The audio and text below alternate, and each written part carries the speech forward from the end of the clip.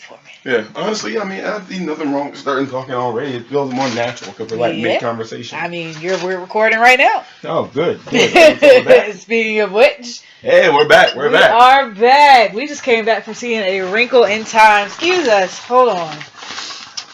I would just edit this out, but I don't think we should. It feels natural. This is what happens when we start recording the podcast. I'm not ready, and I start trying to get everything together while we are recording. Fun fact: this isn't the first time this happened. We actually usually just edit this out. Yeah, it's really easy to edit out because it happens at the beginning, and then we just give an intro, and that's what happens. But this time, you guys get to hear it mainly because I'm too lazy to edit it out. But yeah, normally I do my warm up usually, and we back because Chance that amazing Chance the Rapper album. Oh yes, that's a good album. I'm gonna listen to that album today. Problematic Fit. I'm gonna listen to that album today. Everyone's favorite Problematic Fit. Everyone's favorite. It is what it is. It is like the Bruno Mars debate. That's the cultural appropriation discussion, which. Yeah. Yeah. It has some merit. It has some merit. Definitely it's valid. It's definitely valid. But at the same time, Problematic Faith. That's what I'm copying up to. Yeah. Everyone has Problematic Faiths. Hell, I used to be an Eminem fan. Before he, I used to be a Johnny Depp fan. Oops. Sorry, we're drinking. Yeah. T-Bap tradition. Like, if you've been with us, you know that we drink over here. You do know. Also, we've been sober lately. We have. We haven't been doing it with liquor lately, but now we've been spitting on tradition. But now we are. I will say that I know this is super random. I'm hoping eventually we'll be able to get back on SoundCloud because I don't want us to be on YouTube because I don't like the way they treat people of color, but who cares?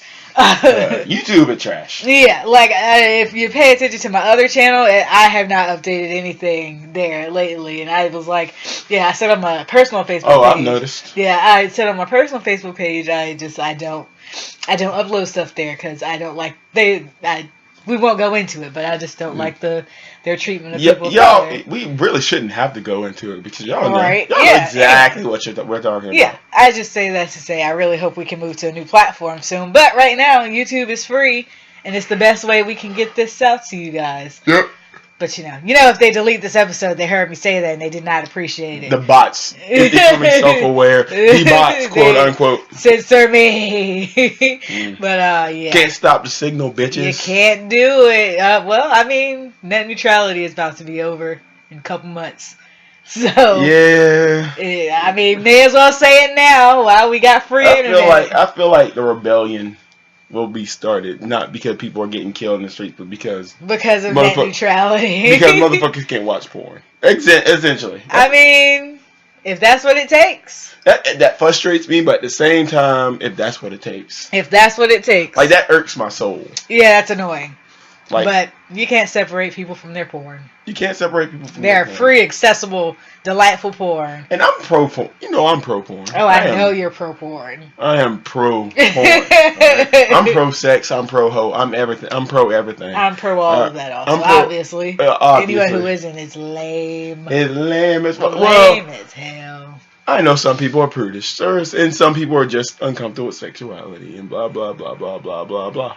But somebody else's sexuality has nothing to do with that person. Very true. So, it's very easy just not to listen. Just don't watch. Don't participate. Don't participate. We don't care. We don't care about your feminism that excludes sex workers. Your swerf. We don't care. Swerfs and twerfs. Just like he's like, fuck hoteps, fuck the swerfs and the twerfs. Sex worker exclusionary radical feminist and trans exclusionary radical feminist. For those who don't know, neither is a slur. Fuck both of you. Stop it. Just stop it. Yeah, but she just said, "I'm not for once. I'm not the one yelling all the fuck you." So this is a nice change. This is a nice reversal. It's a nice change of pace, right? Usually I'm the one raging, and don't get me wrong, I hate them just as much as she does. But it feels good not to be the one to rage. I know, right? It's refreshing. It's refreshing to have me do the fuck off this portion of our listenership. They don't even know we exist. They do not, and I hope they never find us. All right. But yeah, we watched Wrinkle in Time today, and yes, we did. The trailers look interesting. The trailers I can't wait to see the Grinch movie. I might not see it in theaters, but I definitely see it. Ready Player One is very clearly pandering, but I'll at least red box it. I'll at the very least red box it. I was bleh. You felt insulted. I felt insulted as a gamer. No. And as a fan of the Iron Giant. How dare you put the Iron Giant in your trailer? In your movie? How fucking dare you? That's how I felt. Well, I felt that way until I saw it turn into the was it RX-32? The original. Until I saw it turn into the original gun. Then I saw it shift into the original Gundam, and I was like, and then my old school otaku heart started to beat a little harder. That's what it wanted to do. I know, and I fell for it. Hook, line, and sequel. You fell for it. Like, they mentioned they made a Mario Kart reference. Okay, whatever. They made a Back to the Future reference, and I love Back to the Future. I was like, whatever, fuck it. But then I saw the Gundam, and I'm just you fell. They got you with the Gundam. Look, here's the thing for those who are also fans of Gundam. When you're a fan of Gundam, you're a fan of Gundam. Okay, even the shit you hate about Gundam, you're a fan of Gundam. Okay, it has we're in an abusive. The fandom is in an abusive relationship. I understand. Okay. So we watched Wrinkle in Time today, and we watched Tiger and Bunny for our anime portion. We've gotten past the I hate everyone portion. Wrinkle in Time was interesting. It was a thin line between. I know this is the anime podcast, but we might as well bring it up. May as well. Wrinkle in Time was, without spoilers, it was a weird line that it constantly crossed between ridiculously, disgustingly cute and sweet. Mm-hmm. Like, if you have diabetes, don't even sit near in this. If not only don't go to see this movie, but don't go to whatever movie you see. Make sure it's in the auditorium, not next to this movie. Because you will need medical attention.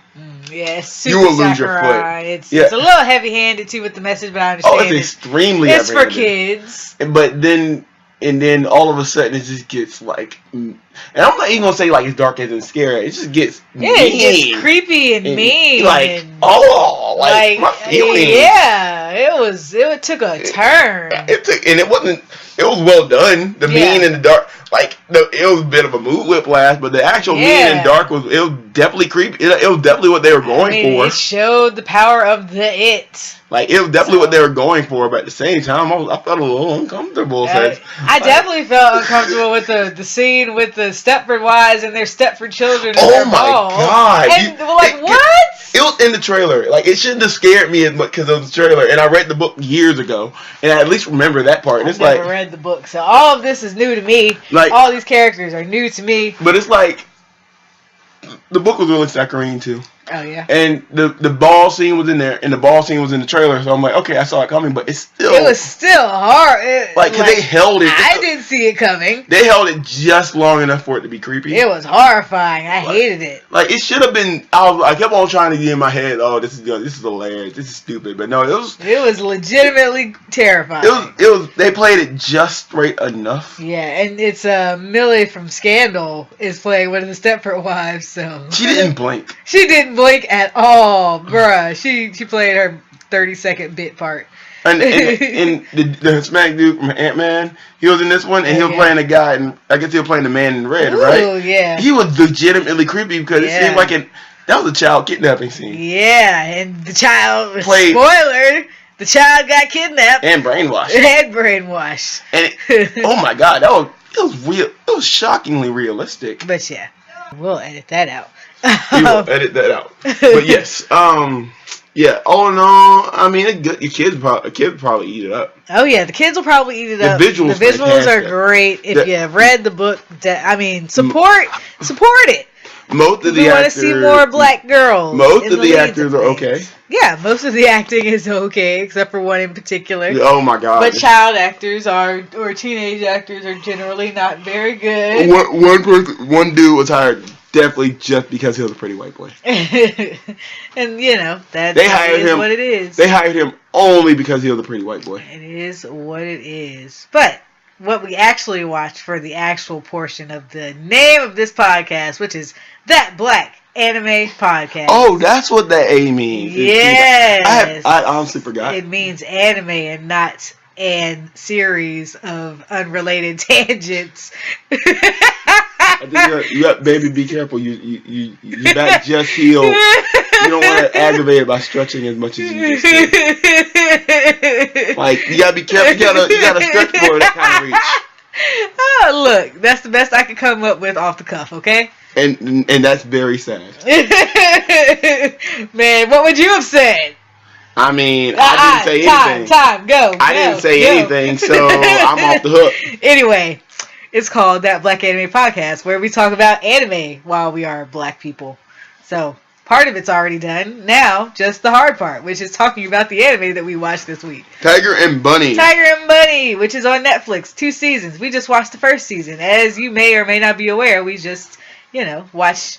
Or we try to do 25 episodes. We gonna have to readjust that with our schedules. But honestly, I feel like our limit is 25, 26 episodes. That's what I meant to say. Yeah, but that's just our episode limit. If we have done shows on here that are 4 to 6 episodes, right? If that's the length of the season, that's what we're gonna do. This one was only 13 episodes. Yeah, so I'm just saying every episode might be somebody's first episode. I'm just explaining stuff that probably doesn't need to be explained right now. But whatever, carry on. This is what happens when the liquor starts to hit me. Carry on. Tiger and Bunny. Tiger and Bunny. Summary. Go. It takes place in a world where superheroes are real, but also capitalism.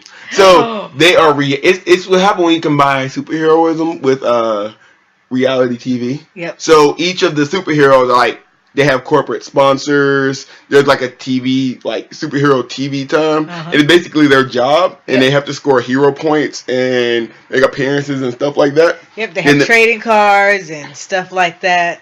There's a whole bunch of, there's like I want to say 1, 2, 3, 4. There are 6 or 7 main heroes. Yep.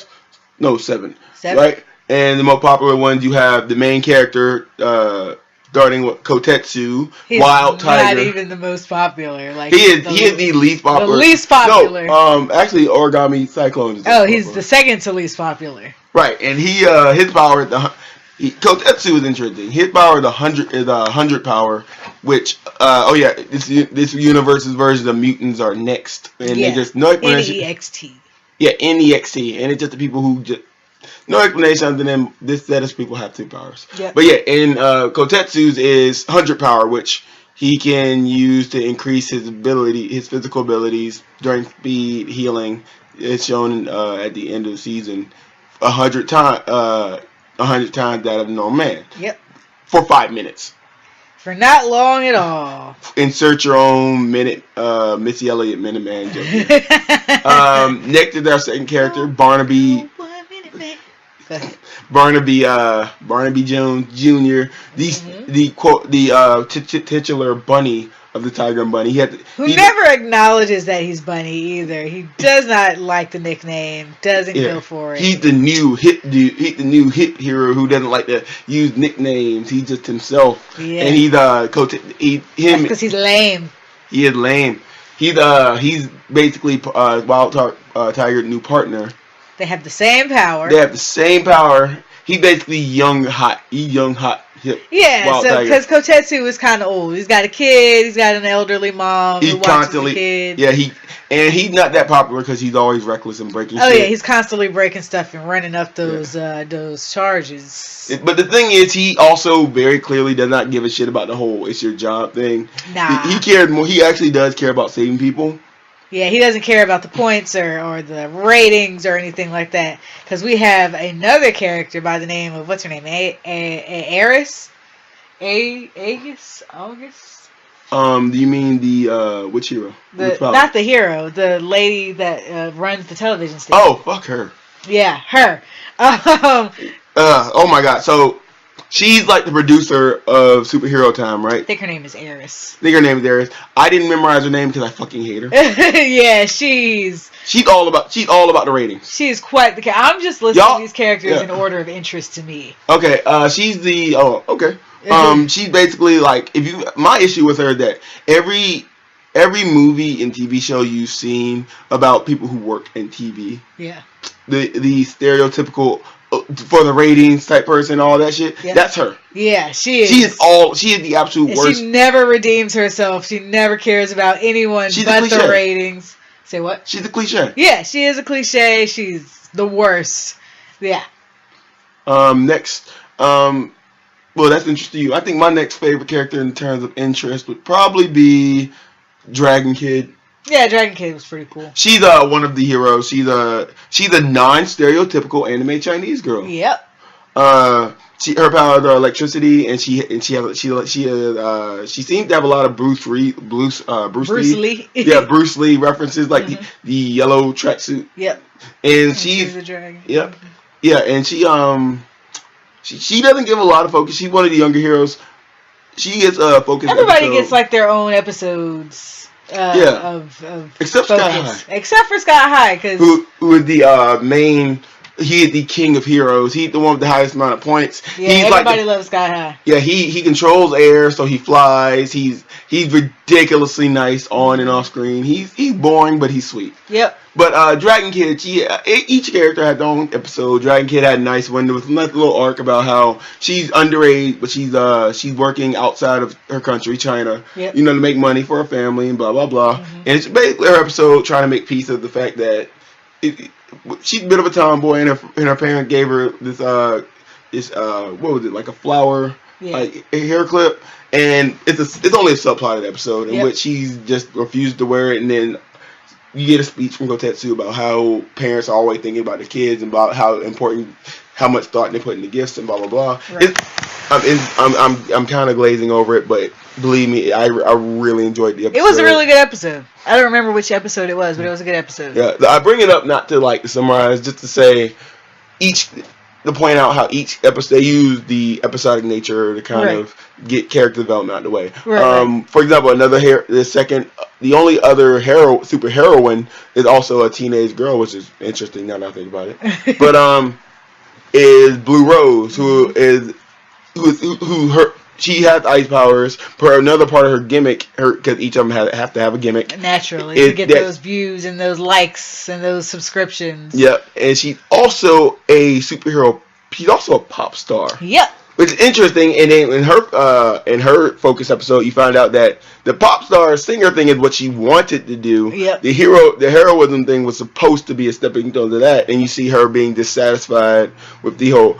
Basically, it's her episode where she reaffirms. She has to make a choice. Yeah, she has to make a choice and really decide what she wants to do. It's actually the episode. In the middle and end of the episode play it better than the beginning, because at the beginning you're like, whatever, like you stop whining.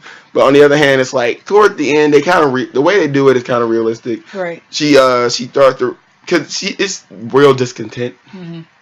Like she doesn't know why she's risking, because she makes some valid points. Like she didn't want to risk her life despite the fact she has superpowers. She just wanted to she just wanted to sing. Like that's all she wanted to do. Exactly. Like she goes to a bar where Kotetsu in his civilian identity, and one of the other heroes, Antonio is his real name, but Wild Bison, who has the strength. It's very subtle, but he has super strength and durability. And it's one of the bars they're drinking, and it turns out, she sings there. Like, and she's happy. She actually more happier there than she was doing superhero stuff beforehand. Yep, and you got Fire Emblem, super effeminate gay guy who can control fire. Super camp. Yep, super campy.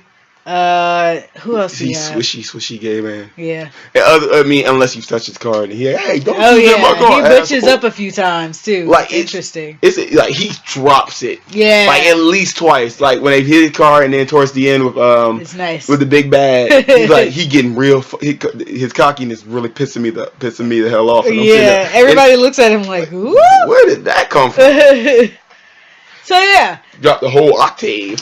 That's the good parts. Like the character motivations, the characters are cool. The character designs are really cool. The character personalities are really cool. They do a good job of making you care about certain characters. Yes, but this anime moves so slow. Like nothing happens until like the last 2 episodes. Like there's 2 episodes in like the middle part where a little bit of something happens because Barnaby's parents have been murdered and he's trying to find out who's murdered them. But Barnaby is an asshole through the entire anime, except for like the last episode. But yeah, last few episodes in which Kotetsu started. Barnaby is kind of emotionally stunted, which makes sense, I guess, because his parents are calling in front of him, blah, blah, blah. But it's like he's needlessly a jerk, and the fact that he had the same voice as Sasuke from Naruto also adds to the jerkiness. It makes me hate him, honestly. Yeah. And it's like, I started like, it got to the point where when I learned his motivation, they were sympathetic, but he was still acting like unnecessarily like an asshole. Yep. And Kotetsu isn't perfect. Kotetsu's an idiot, but that's really the worst thing about Kotetsu. Yeah, that's all. He tries really hard. He tries. He doesn't succeed very often. He tries and he fails. Yep. And he's good at his job, but he's just also not good at preventing. He unfortunately has a bad habit of breaking everything. Yep.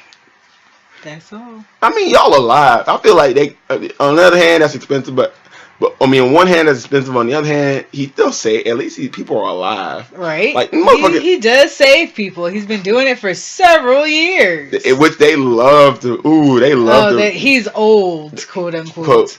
Like, he's probably he's the same. He's technically based on side materials. Apparently, he's basically the same age as Wild Bison. Yeah, Wild Bison. Because they went to school together, right? Yeah, they went to high school together. And it's like, you ain't gonna find that out in the anime. I only found that out because I love supplementary materials because I'm a big ass geek. Anyway, but I think it was a drama CD. But I digress. But but the anime loved to dig in that he's old and he's washed up and blah blah blah. And Barnaby, it's basically like, Barnaby the new hotness. But old Men in Black too, old and busted. New hotness. Like, that's basically it. And they love to dig it in, and it's funny at first, but toward the end it's like, it's kind of necessary. Right. Because he's still he has to be in his mid-30s at the oldest. Yeah. Anyway, we don't get a big bad until the last 2 episodes. Jake Martinez.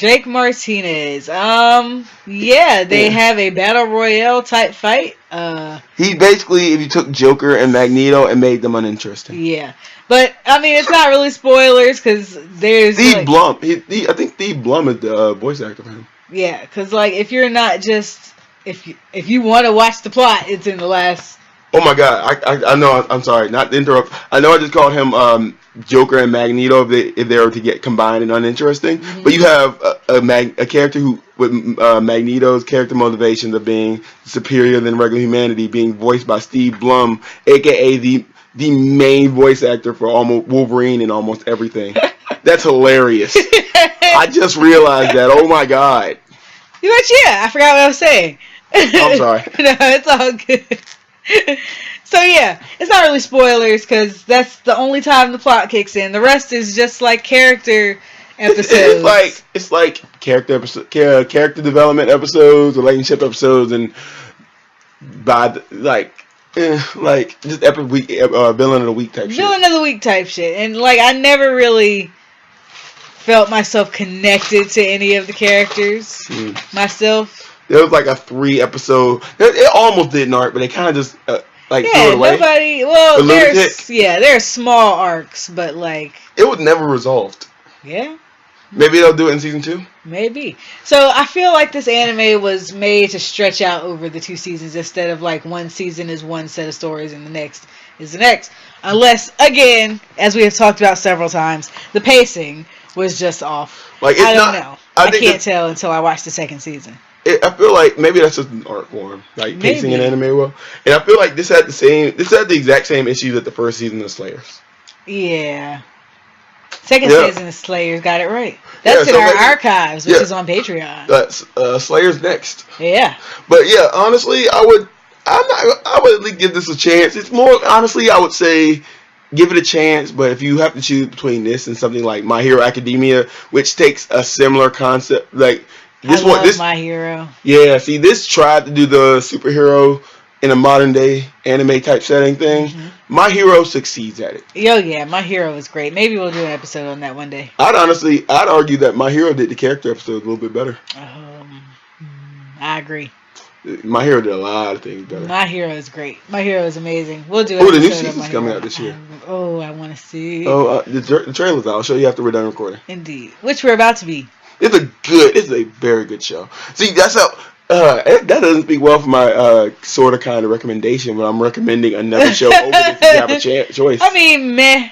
I didn't like it, but I didn't dislike it. It was watchable to a point. I got bored many a time. That's probably the worst thing about it. Just like I got bored during A Wrinkle in Time several times. But yeah, oh yeah. Yeah. The only thing I got bored listening to you, that's only because I was focusing just on the visual. At some point, I got so bored I just had to focus on just the visuals, and it was didn't even help me. I was like, ugh, really? I'm ready to go home. The visuals were stunning. But the story itself was blah. Yeah. Until it got ridiculously, terrifyingly mean out of nowhere. But still not the right. Possessed Charles Wallace though. He was that hurt my feelings. Yeah, he was really going for the jugular there. like. Still not the worst movie I've ever seen though. So white people get to have bad movies, so should we. Yeah, so should we. And it should not it's still hurt the chances of another movie coming out with a black female lead, and et cetera, et cetera, et cetera. Still didn't piss me off as much as something like fucking Tyler Perry movies. Right. Like, this was an easier shit than any Tyler Perry movie I've ever watched. I agree. Fuck Tyler Perry. And that's probably what we'll end it on. Fuck Tyler Perry. Fuck Tyler Perry. Anything else you want to say? Fuck him in the ear.